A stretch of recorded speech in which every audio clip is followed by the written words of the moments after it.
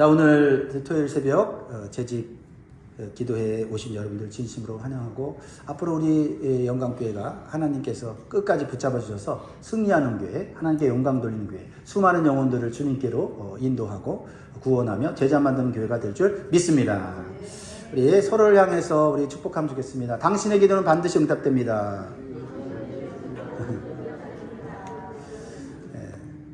자, 시간이 조금 지나갔으므로 제가 드리는 기도 제목 바로 따라하시면 좋겠습니다. 지체하는 신앙에서 도전하는 신앙으로 은혜와 축복을 누리게 하소서. 아멘. 지체하는 신앙에서 도전하는 신앙으로. 오늘 본문을 보면 하나님이 주신 축복을 지체하지 않고 누리는 길을 가르쳐 주십니다.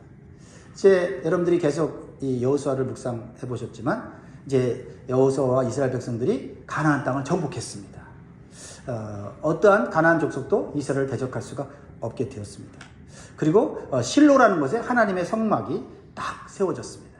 그것은 무엇을 의미합니까? 하나님이 그곳에 임재하셨다라는 것입니다. 모든 상황이 안정기에 들어섰다는 겁니다. 그런데요, 놀라운 사실을 오늘 본문이 보여줍니다. 아직도 12지파 중에 7지파가 기업을 분배받지 못했다라는 겁니다. 2절에 보면, 그러나 이스라엘 자손 중에 그 기업의 분배를 받지 못한 자가 아직도 7지파라. 문제는 땅이 없어서가 아니라 들어가기를 지체하는 신앙에 있었다라는 것입니다. 여호수아는 그들의 지체를 이렇게 책망을 합니다. 어느 때까지 지체하겠느냐? 이 질문은 오늘 우리에게도 던져지는 질문이에요. 왜 7지파는 정복한 땅이 있는데 지체했을까요? 우리는 지체하는 신앙의 정체에 대해서 살펴보겠습니다. 첫 번째로 지체하는 신앙은 은혜에 안주하는 태도로 나타나요. 지체하는 신앙은 신앙이 없는 게 아니에요. 신앙이 있어요. 믿음이 있어요. 지식도 있어요. 근데 안주하는 태도로 나타난다. 1절을 다시 한번 보면, 시작. 이스라엘 자손의 온 회중이 실로에 모여서 거기에 회막을 세웠으며 그 땅은 그들 앞에서 들어와 정복되었더라. 여러분, 정복하고 함께 모여서 실로에 성막을 세우고 그곳에서 하나님께 감사하며 예배드렸어요. 야, 우리가 그 힘든 이 가나안 정복했구나. 하나님이 도와주셨구나. 감사하는 그 신앙의 모습을 볼 수가 있다는 것입니다. 여러분, 이스라엘 백성들이 처음에 길갈이라는 곳에서 진을 치고 정복전쟁을 시작했습니다. 그런데 중심이 어디로 바뀌어요? 실로로 바뀌죠. 안정적인 삶으로, 하나님이 주시는 평안으로 들어갔다는 것을 의미하는 것이죠. 이제 하나님의 임재를 경험합니다. 하나님의 은혜를 체험하며 예배를 드려요.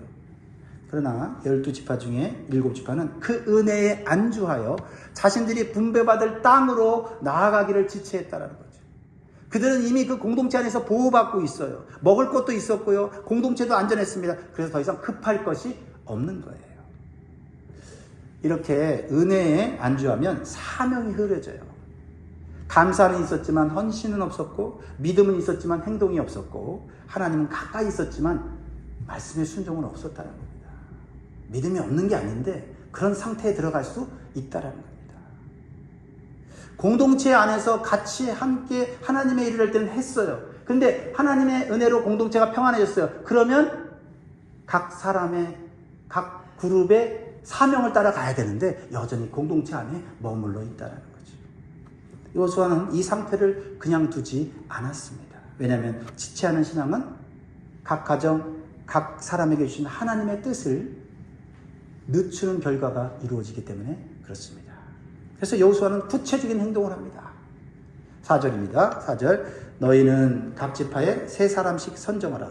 내가 그들을 보내리니 그들은 일어나서 그 땅에 두루다니며 그들의 기업에 따라 그 땅을 그려가지고 내게로 돌아올 것이라. 각 지파에 3사람씩 선정했어요. 우리 교회로 말하면 각 목장에 3사람씩 선정한 거죠. 그래서 그들이 분배받을 땅을 직접 돌아다니면서 그 땅을 7지역으로 나누어서 그려올 것을 명령했습니다. 하나님이 이미 그 땅을 주시겠다고 약속했는데 그것을 실질적으로 성취하기 위해서는 움직여야 된다는 거죠. 발걸음으로 나아가야 된다는 겁니다. 왜 여호수아는 분배받을 땅을 그려오라고 했을까요? 이것은 단순한 행정 절차가 아니라 지체하는 신앙을 깨우는 강력한 요구예요. 그래서 그리오라는 명령은 구경하는 신앙에서 참여하는 신앙으로 전환하라는 거예요. 여러분, 이 YMC나 이런 수영장 가면 수영장이 있고 자쿠지가 있어요. 수영장에 보면 수영하는 분들이 막 수영하다가 물에 빠지고 막 파닥거리면서 애를 써요. 그런데 자쿠지에 앉아 있는 사람들이 뜨뜻한 물에 앉으면서 수영장에 있는 사람을 보고 평가합니다. 야, 저렇게 손을 흔들어서 수영하겠는가? 아, 저렇게 해갖고 어떻게 오랫동안 물에 떠 있는가? 말은 맞습니다. 근데 본인은 어디 있어요? 자쿠지에 있어요. 수영장에 가서 직접 물에서 뜨는 훈련, 발을 차는 연습, 손을 움직이는 훈련을 해야 수영을 하고 물 위에서 나중에는 어떻게 편안하게 호흡하면서 목적지까지 왔다 갔다 할 수 있는 것이죠. 그런 식으로 신앙생활하는 분들이 우리 안에 있을 수 있다라는 것입니다.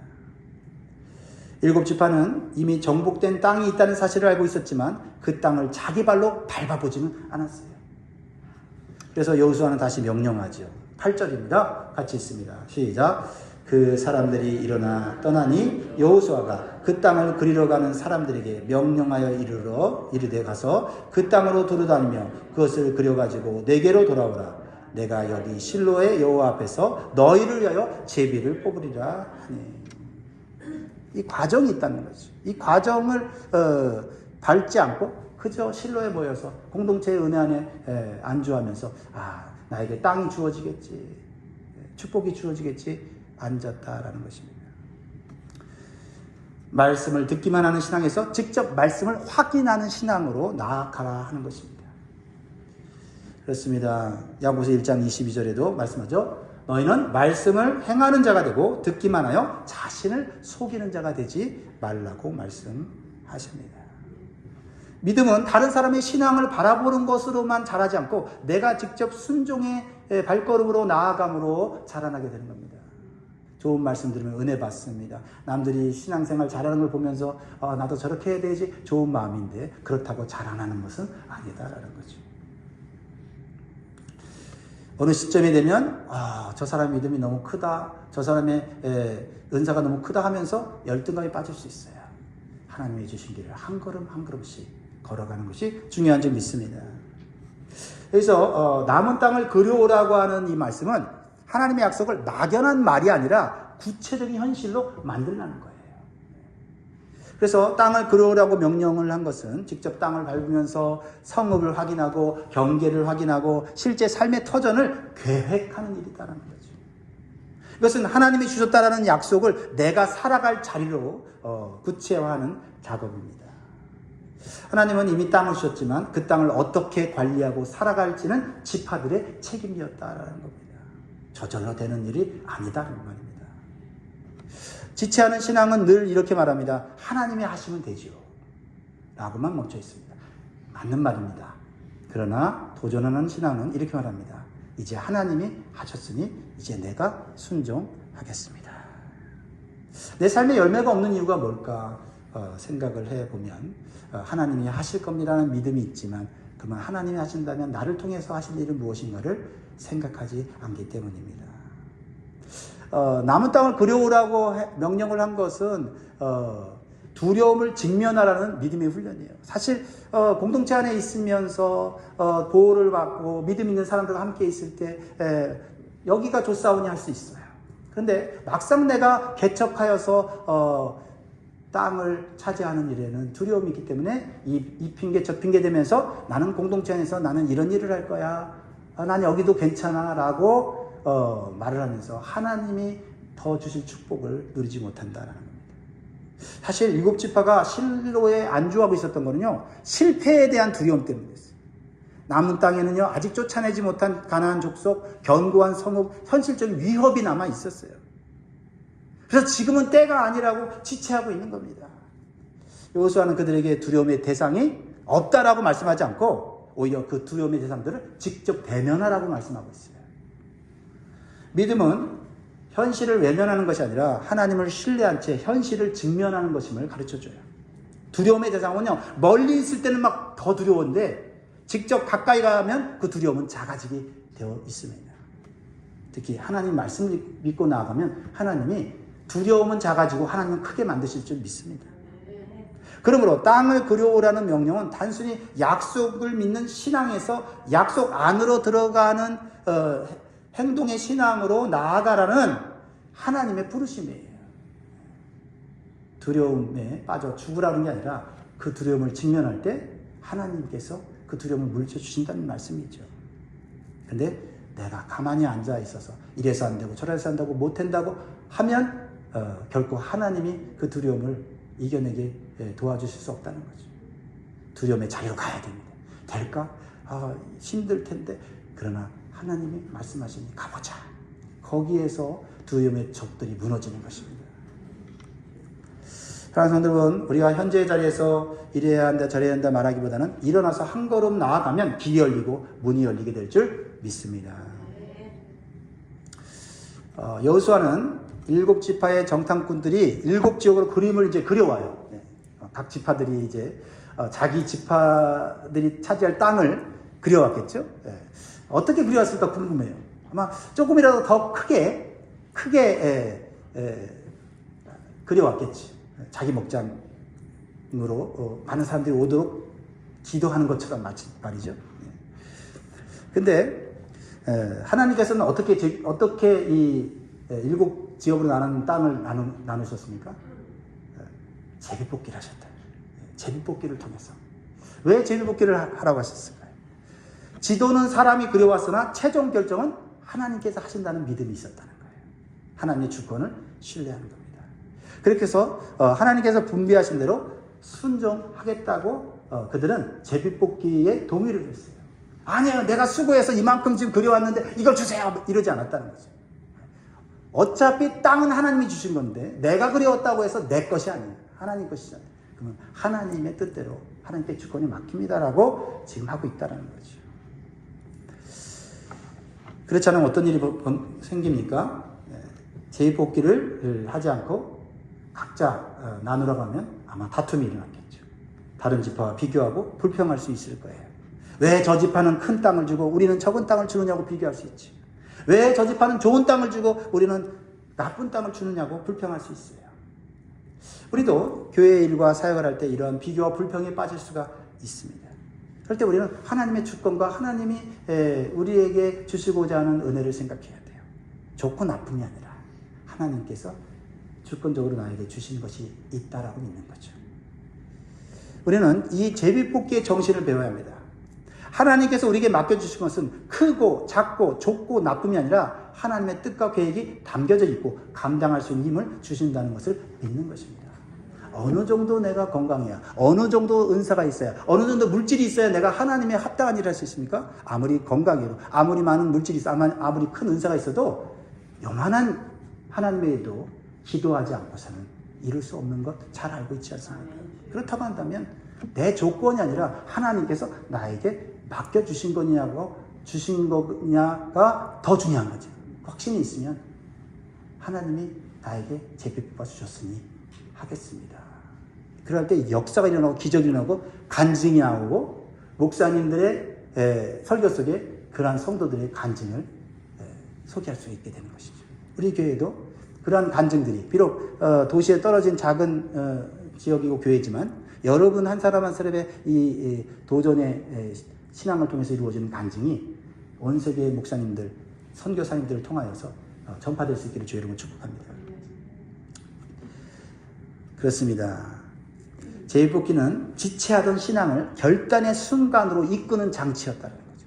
7지파는 그동안 머뭇거렸고 미뤘고 안전한 곳에 머물렀어요. 그러나 제비뽑기 앞에서는 더 이상 미룰 수가 없었습니다. 이제 선택은 끝났고 이제 뒤돌아가서 순종하여 나아가는 길밖에 없었다는 거죠. 모든 걸 하나님께 맡겨야 되는 거죠. 되든 안 되든 하나님의 말씀을 붙잡고 나아가는 것입니다. 그렇습니다.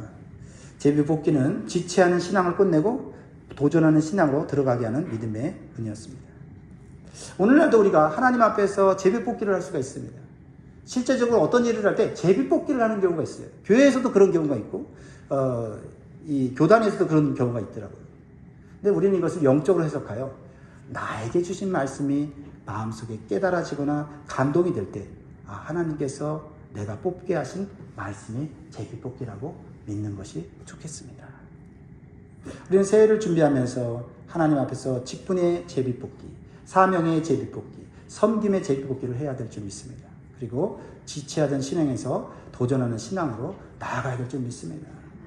남과 비교하지 말고요. 내 상황과 환경을 비교하지 말고요. 하나님이 나에게 제비 뽑아 주신 말씀이 있는가에 집중해야 되겠죠. 거기에 나의 미래의 땅이 있고 미래의 축복이 있고 우리 자손들에게 물려주어야 할 믿음의 유산들이 있는가 아닙니까? 눈에 보이는 것, 내가 가진 것으로는 물려준다면 얼마나 물려주겠어요? 하나님이 예비하신 것으로 물려줄 수 있기를 바랍니다. 오늘 우리는 말씀을 많이 듣고 은혜를 많이 받았습니다.